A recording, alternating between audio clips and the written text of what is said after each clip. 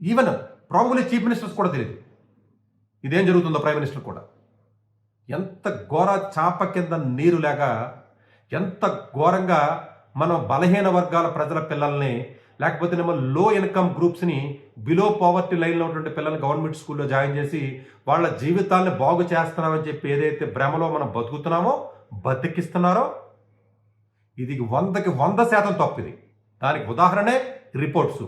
అలాగే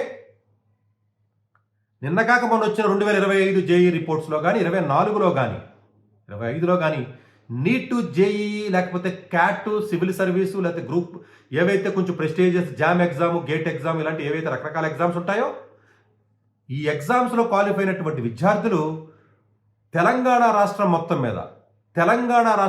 మీద ఆంధ్ర రాష్ట్రం మొత్తం మీద 1% ఆఫ్ ది స్టూడెంట్స్ కూడా గవర్నమెంట్ స్కూల్స్ నుంచి రాలేదే, ఇంక్లూడింగ్ మోడల్ స్కూల్స్, ఇంక్లూడింగ్ గురుకుల స్కూల్స్. మీరు అనొచ్చు అందరూ గొప్ప వ్యక్తులు అవ్వక్కర్లేదు కదా, అందరూ గొప్ప గొప్ప కాలేజీలకి గొప్ప గొప్ప అడ్మిషన్స్ రావక్కర్లేదు కదా అంటే అవి కూడా గవర్నమెంట్వే. ఐఐటీస్ను గవర్నమెంట్ ఎయిమ్స్ ఢిల్లీ కూడా అవేం ప్రైవేటీ కాదే. గవర్నమెంట్ స్కూల్లో చదివిన విద్యార్థి గవర్నమెంట్ కాలేజీలకు వెళ్ళలేని దుస్థితికి స్కూల్ యొక్క ఎడ్యుకేషన్ దిగజారినందుకు స్కూల్ దిగజారినందుకు సిగ్గుపడాలా?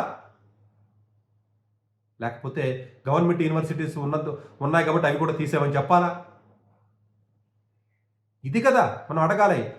ఇదే మీడియా దీని గురించి ఎందుకు మాట్లాడుతుంది? ఇన్ఫ్రాస్ట్రక్చర్ గురించి ఎందుకు మాట్లాడుతుంది? ఇన్ఫ్రాస్ట్రక్చర్ ఉండాలి ఉండద్దని చెప్పట్లేదండి. మీరు మళ్ళీ దీన్ని డిఫరెంట్గా లింక్ చేసి ముళ్ళేసేది ఇలాగా. మనం ఎవడం పెర్ఫెక్ట్ కాదు, అందరూ మాత్రం పెర్ఫెక్ట్గా ఉండాలనుకుంటాం మనం. ఒక వ్యక్తి ఒక 20 పనులు చేసినప్పుడు ఒక పని తప్పు చేస్తే అంతే వాడు వెధవ, 19 చేసి పోతాయి. సొసైటీ అంతే అలాగే ఉంది, మనం ఏం చేయలేం అది.